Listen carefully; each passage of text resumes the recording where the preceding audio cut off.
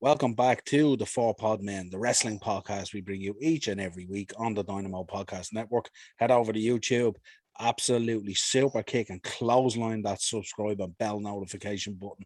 Audio versions of the show are available through Spotify. And if you'd like to contact the show, you'll get us on Twitter at @TPodmen, or you'll get us on Facebook, the FourPodmen. Joining me tonight, my brother on these reviews as always. Back in the seat again, the hot seat again. Darren, how are we? I'm all good, Niall. How are you, pal? Good, not a bother at all. This is an interesting one. We're going to finish out season 3 of Darkside of the Ring. And of course, they knocked it out of the park, leaving you hanging as always for season 4 and wanting more with the steroid trials. Which I'm sure, yeah, it was absolutely brilliant. But it was kind of like, it was so serious at the time. But the look back of it now and the way they did it, it was kind of comical at times as well, wasn't it? Like, absolutely. There was a few comical characters around the whole situation as well, wasn't there? Yeah, they certainly picked the right cast, didn't they? They did. They casted really, really well for it, if I'm honest. Like, the old casting director deserves a high five for that one. Yeah, absolutely. Yeah, I suppose let's take it back to that time. I remember it well because I was heavily involved in bodybuilding and the gym stuff back then, and from 90 onwards, and I understand the situation there because I was around people who partaked in the steroid situation. And I also remember, like, overnight when they made that ruling and they made them into a class A equivalent to cocaine and a 10-year stretch, basically. And there was just uproar in the community. Like, it was a craziness, people scrambling and stuff like that. No. But it was amazing when you see the way the physiques changed at that time as well. Vince had opened up the WBF, the World Bodybuilding Federation. He was opening that up as a rival to the IFBB League at the time against the Mr. Olympia. And he had given a number of these bodybuilders full-time contracts, basically payroll contracts with big money, double in some cases compared to what Weider was paying them at the time and stuff like that. And he had locked them in, I think, for a 3-year period and stuff like that. But you could see it even with the actual wrestlers as well, the way their physiques changed. And like nearly every second wrestler, every wrestler just had this massive, muscled up, gigantic physique at the time, if you remember back to that time.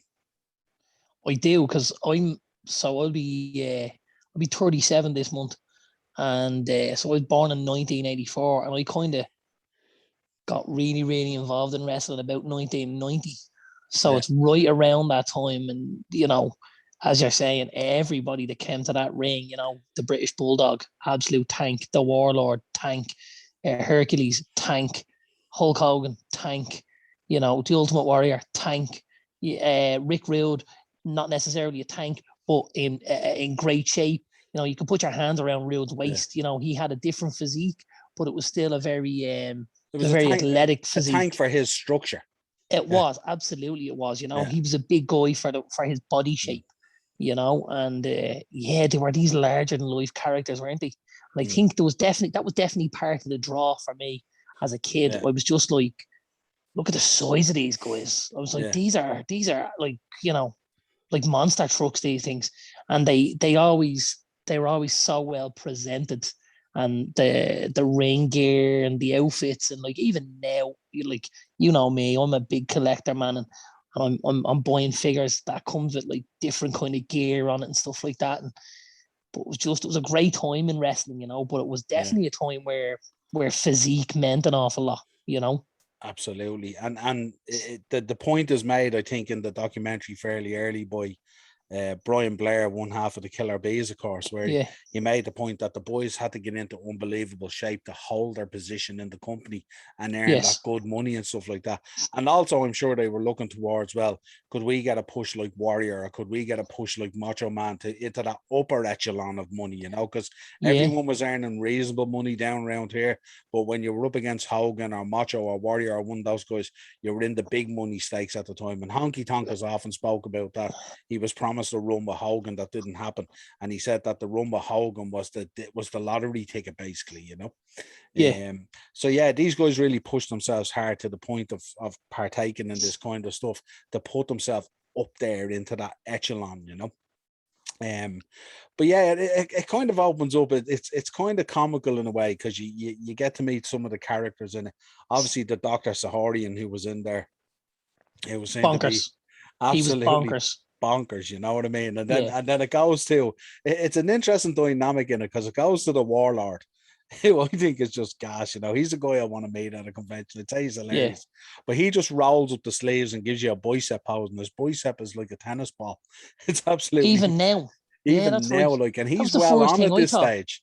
Well, he must be what? He must be close to 60, is he? I'd say so, yeah, absolutely. Because he started very young, remember? I mean, he was wrestling well before WWF and WWE, you know what I mean? So, but he looks like he's kept himself in tremendous shape and stuff like that. Yeah. But he gives a bicep pose as if to say, well, of course we were. You know what I mean? There's no denial from that man, you know. But it's interesting when he starts talking about the doctor, and then he talks about the doctor just show up with this bag of everything in it, and whatever you wanted, just let him know what you want. And if he didn't have it, he could get it for you.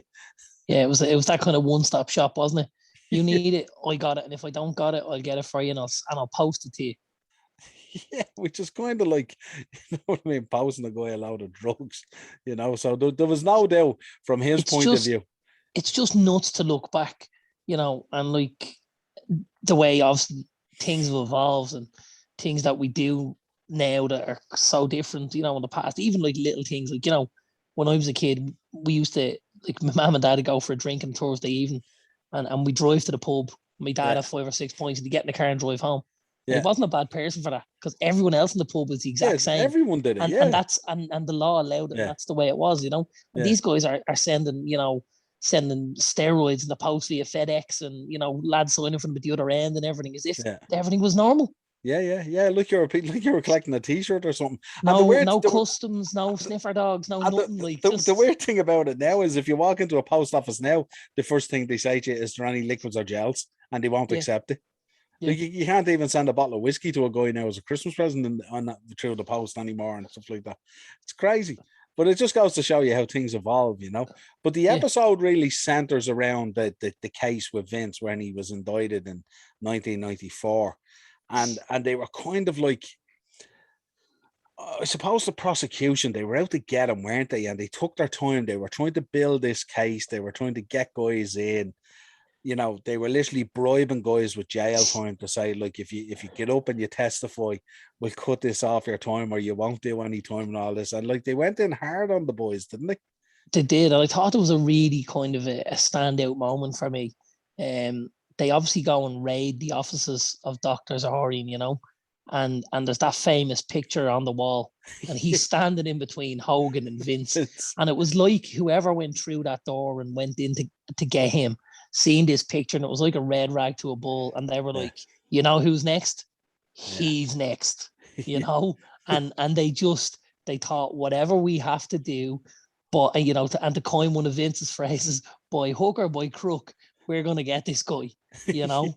This was just, it was like Carry On FBI stuff at one stage, though, wasn't it? Like, it was so ridiculous what was, you know, the way they were going after him and stuff like that. And obviously, you know, you'll get to a few other characters, and, you know, the lawyer was just, he's got to be the star of he's got to be the star of the show, isn't he? Jerry McDevitt, isn't it? Yeah, he was unbelievable. Like, and he was Vince's Johnny Cochran, really, wasn't he? When you think about it. Yeah, absolutely. Because I'd imagine at the time it was so serious. Because can you imagine what would have happened to the WWF at the time and pro wrestling and all if Vince had went down? Yeah. And I mean, there was probably enough people there with an axe to grind in relation to how they'd been treated by him. And we'll get on to Niles in a little while, you know. But it was just hilarious. And it was just, and then they interview him on, what's his name, Mushnick. And like, he just has it out for him, doesn't he? Like, he's an absolute cretin. Yeah. Like an absolute cretin from start to finish, you know. Yeah. And he was obviously one of the journos that was just, he just wanted to absolutely ruin Vince, didn't he? And he really took a dislike to him, and he didn't like Vince's kind of larger than life persona and stuff like this, and the way he swarmed around the place. And you could see there was a serious amount of jealousy there as well. And he was like, you know what, I'm gonna nail this cowboy, like, and he gave it a shot in fairness to him. Like, I liked as well the open segment where they had JR there, and JR said, if I was ever in trouble, Jerry McDevitt would be the guy I'd be going to, you know what I mean? And you know what? I'm sitting on the couch and I'm like, Jesus, man, if that never goes wrong, I know who I'm picking the phone up, because he was so good.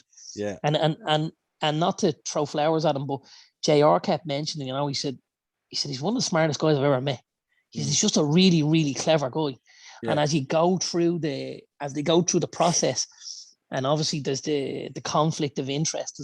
There's the double conflict of interest. Yeah. There's the first one where he has to say, well, I'm opting out or whatever that was. But the second one where he gets your woman Laura, is it?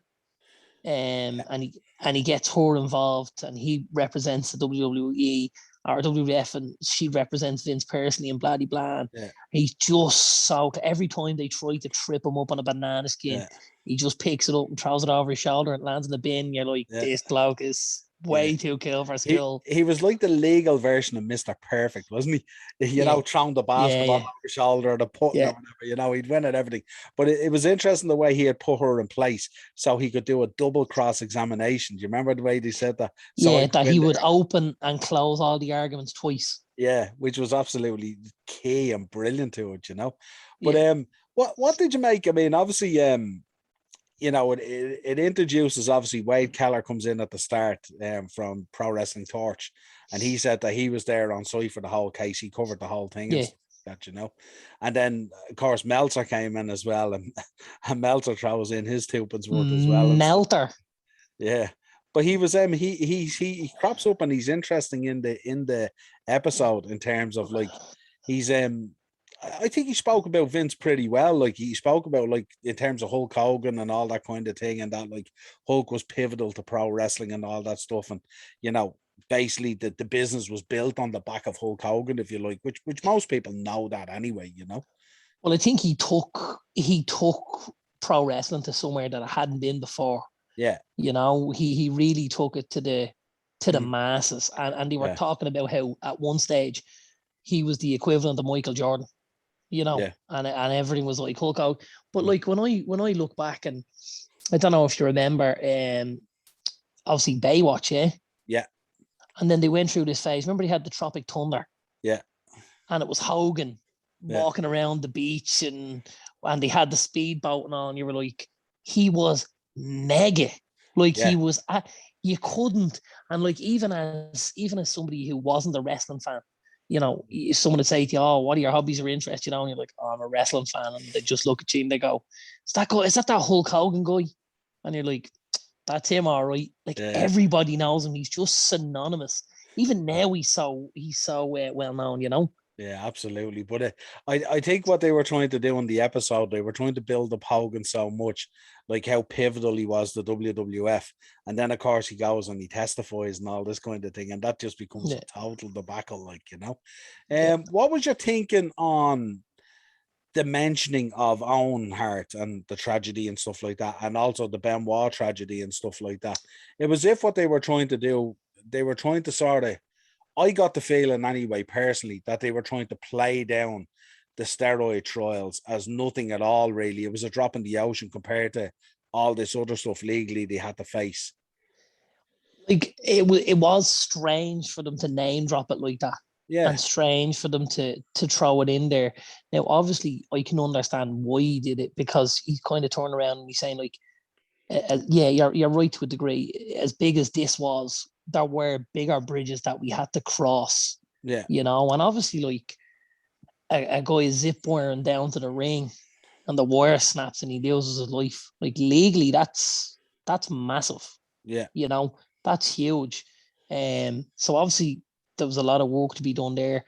And then with the whole Benoit situation and stuff like that, again, you're just kind of thinking that was a minefield that stuff could have gone wrong, and blame could have been laid at the door of A, B, C, or D very, very easily. And and I think they did play it down a little bit, because, like you said, I think when you watch it back, it's so comedic at times. You're just like, is this a wind up? Did they actually spend all this time and money and effort going after this guy when really there was no case to be answered at all? Do you know what I mean? Yeah, it was an absolute stitch up, Yeah, well, there was certainly no case to be answered in the way they went about it. I think if you had people in there that were half decent and were clued in and knew what was going on and went about it the right way, I think they could have generated some sort of a case. But again, I would think it'd be very difficult unless you can get someone to turn state evidence and actually sit there and say, yeah, he supplied me with this without a shadow of a doubt. And unless you're sitting there and you're looking like Hercules or Don Morocco or one of these guys, you know what I mean? I mean, their choice of who they put on the stand was kind of weird as well, in terms of the guy that they had sold it to, Niles, and we'll talk about Niles. But like, this is a guy who wrestles in a jumpsuit. In a jumpsuit. You know what so I mean? nobody sees your physique. So why would he have pushed it on you? You absolute baboon. Like, it was. Yeah. And then you know, it was so funny. Like, you know, they just ripped them apart. What was the line? I can't remember the line. Go on, remind me. He turned around and he said, do you bear any animosity towards Vince McMahon? Right. And he went, no. And then I think it was Meltzer who stepped forward, didn't he? And said, no, it wasn't. It was your woman. Yeah, but wasn't it Meltzer who said it to her, wasn't it? He said, that guy doesn't know what animosity means. So they rephrased it and asked him again. He says, so do you bear any hate to him? And he goes, yes. And that was it then. Boom, done. You know what I mean? And then the other question about asking him, why would a man be pushing steroids on you when you don't even show your physique? And it just goes to show just how stupid Niles was. Like, it was just hilarious, you know what I mean, from start to finish. I mean, he was such a weird character, even. You know, if you'd have told me that he did what Benoit did, I think I'd have believed you quicker, because he looked like someone that was capable of that. You know what I mean? Yeah, but it was just crazy, like the choice of who they went for and all. You know what I mean? It was just crazy. But the one comment I seen on it there the other day was, if only they had been able to film this as a proper filming, like the way they did the OJ trial or whatever it is, or the Pretorius trial or whatever it is. You know what I mean? It would have been like comical, really. You know. Can you imagine this being a Netflix documentary? Yeah. This would have been absolute gold. Yeah. From start to finish. Yeah. Or, you know, where they put the cameras inside and stuff like that. You know, like what so the Amazon whole room. Yeah. The whole shooting match. Kind of like a Judge Judy type of thing, nearly. You know what I mean? But just, oh man. Yeah. What did you make of Hogan? Remember Hogan turned around and they cross-examined or questioned Hogan, and he said that he about the doctor, and he said he was receiving fertility treatment from the doctor anyway, and then he said that the only time he took steroids was to repair a bicep injury. Yeah, he said he'd had the same injury 3 times, didn't he? Yeah. 1984, 1987, and 1989 or something. Yeah. And they were all bicep injuries, and that was on the Arsenio Hall show. And I think he mentioned how when he did the interview, Vince had, I don't know what he told him what to say, but he certainly left them knowing that he wanted them to push things in a certain direction and be kind of upfront and honest. And obviously he wasn't. And there was a whole lot of, you know, it was a really hokey interview by the end of it, and to the point where people then started to think something funny going on here, because he'd almost spoofed his way into trouble. It was so bad. You know what I mean? Yeah. I laughed at McDevitt as well, the way he was kind of sitting back when they were using Niles as the witness as well. And they described him as a hostile witness because he had been fired by WWE. And it was just, the whole thing was just hilarious. And Niles contradicted himself on the testimony as well. And, you know, so much stuff. And then they were talking about, what was it, your man? Arazi, is it? Arezi?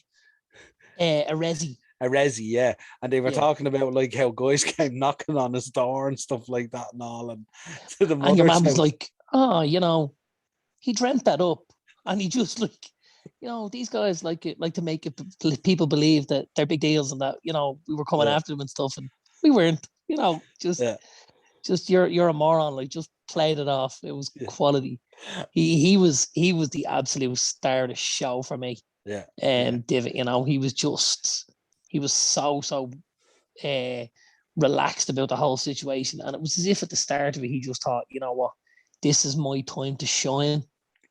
And I'm gonna take this and I'm gonna just run with this ball, and this will set me up for the whole rest of my life.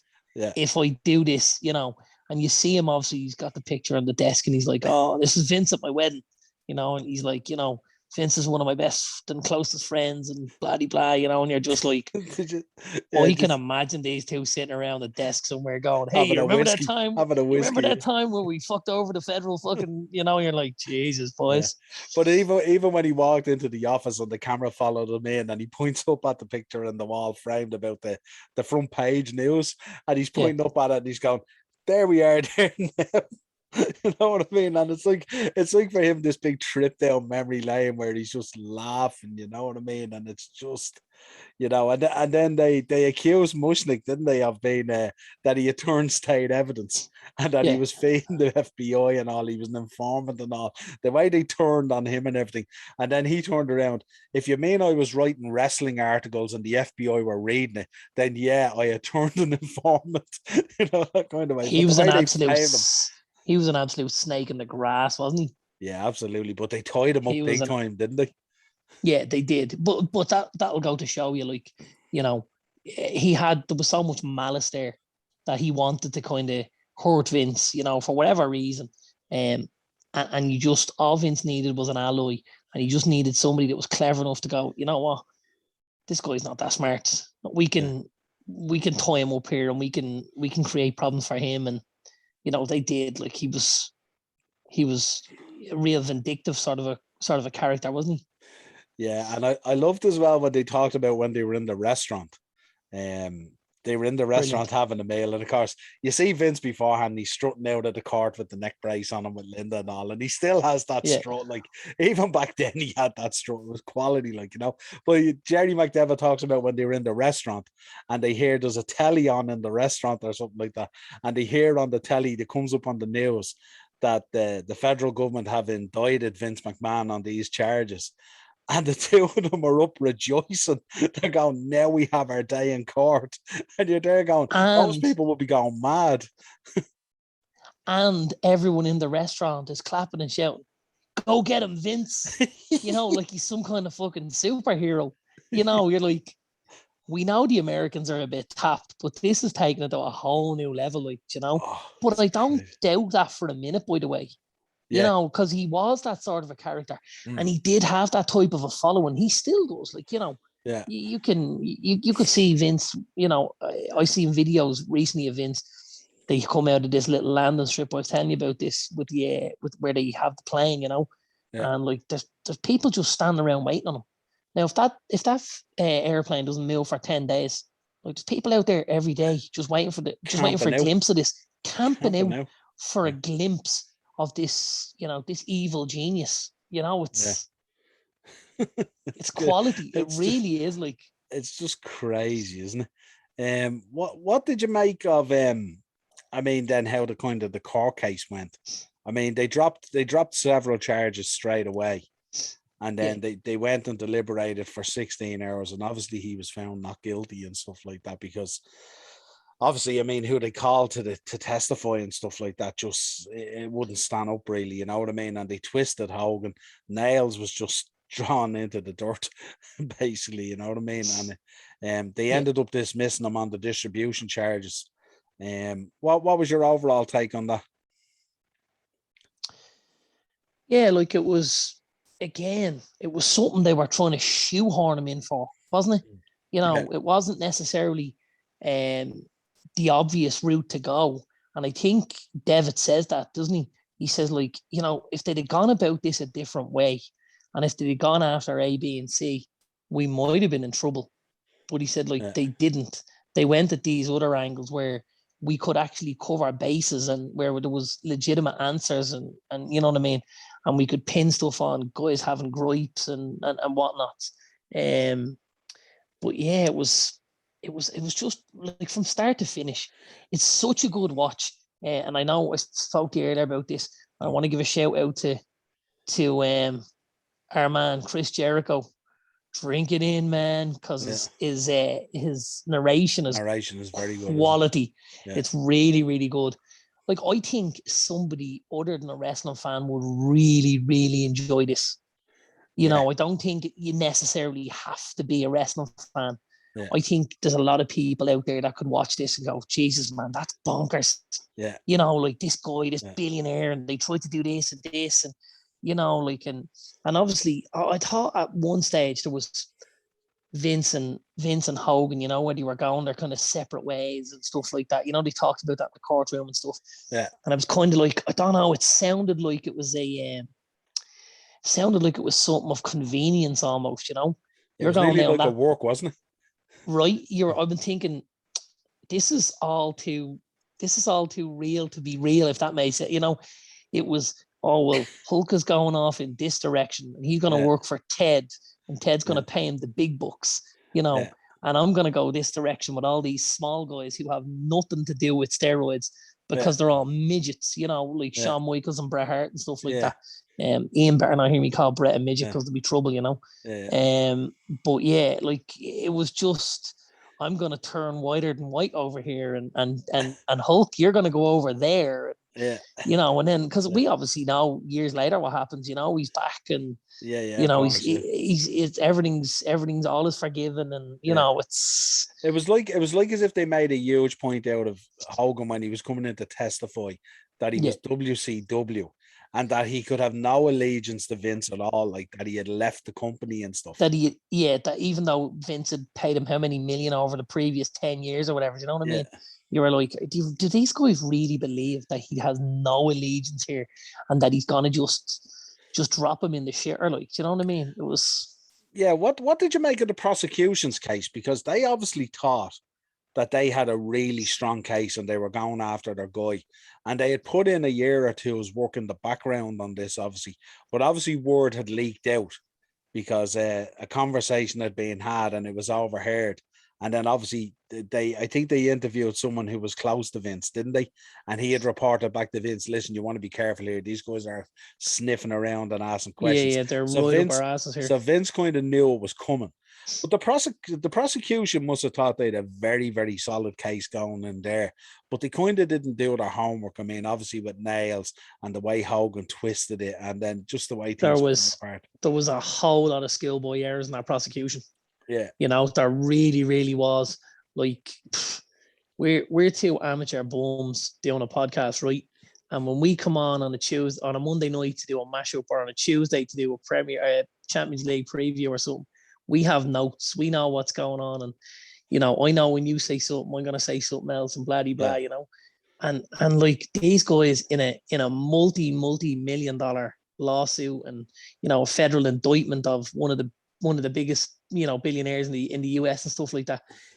This looked like it was being done by people just out of the bar, like, you know what I mean? They literally just qualified and gone, listen, do you know what we'll do?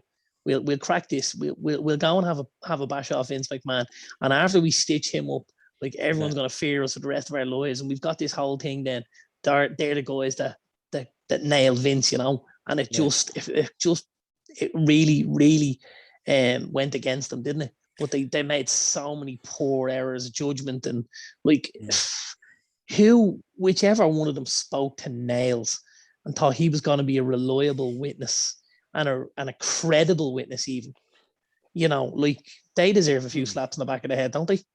Yeah, especially with the links to the company and stuff like that, the previous links and stuff. Like, if you think about it, if he had been called for jury duty, he would have been dismissed. He wouldn't have been allowed.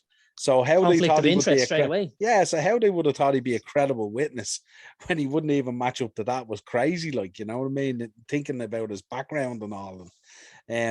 But then they move on, and obviously Vince goes off and he brings in the drug free and the steroid testing and all that kind of stuff. And then obviously there has to be a sacrificial lamb to you know, solidify the testing and everything.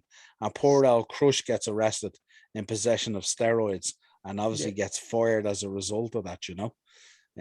So they kind of, they make that case that we're over here, we're the good guys, we're testing. We've got our hands up, we're whiter than white, we're transparent. Come on. My dad used to say something. I'm trying to think of the line, but if you get the name of a guy that gets up early in the morning, you can lie in a bit longer, or so. It's something along the lines of that, but it's exactly what they were doing, you know.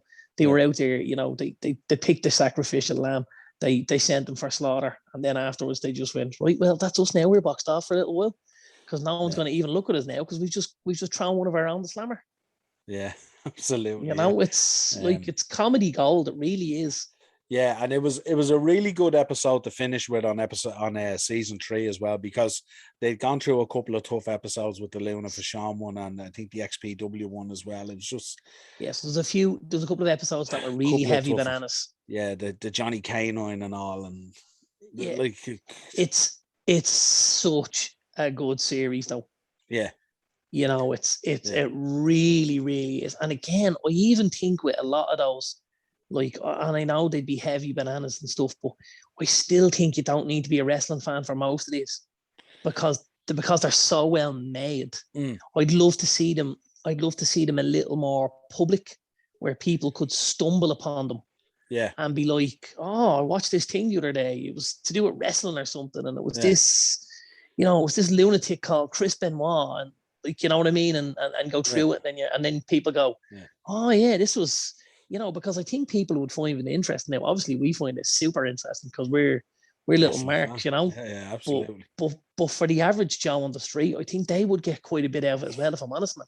Well, they'd certainly be intrigued by the man behind me, because he comes up in so many of these episodes, and he's at times he's just like Teflon, isn't it? With the stuff he gets away with, it's crazy, like, you know. He is like he is a little bit like the cartoon villain, isn't he? And you know, there's a lot of, but he's such a lovable sort of rogue as well at the same time. Yeah. Like, you know, he's a little bit underhanded, and you know he's gonna you know, like he's gonna kick his granny up the arse for a fiver. Yeah. But at the end of the day, he'll turn his fiver into a 20, and he'll buy drinks for everyone at the bar, and we'll all have a good night. You're like, oh, sure, listen, it's all good. Like, don't worry about it. He's just, he's a character, isn't he? Yeah. I would love to meet Vince. I think that'd be, you know, like if someone said to you, you know, you've had that one, you're having a dinner party, and you can have 5 people. Who's that one guest? No, you can have 5 people alive or dead at your dinner party. Yeah. Who are you going for? And I think Vince would have to be in my 5. Yeah. You know, I just think, like, I'm sure he could tell stories that are just like, you know, they'd make your teeth itch. You know, I just think he'd be quality, really, really would.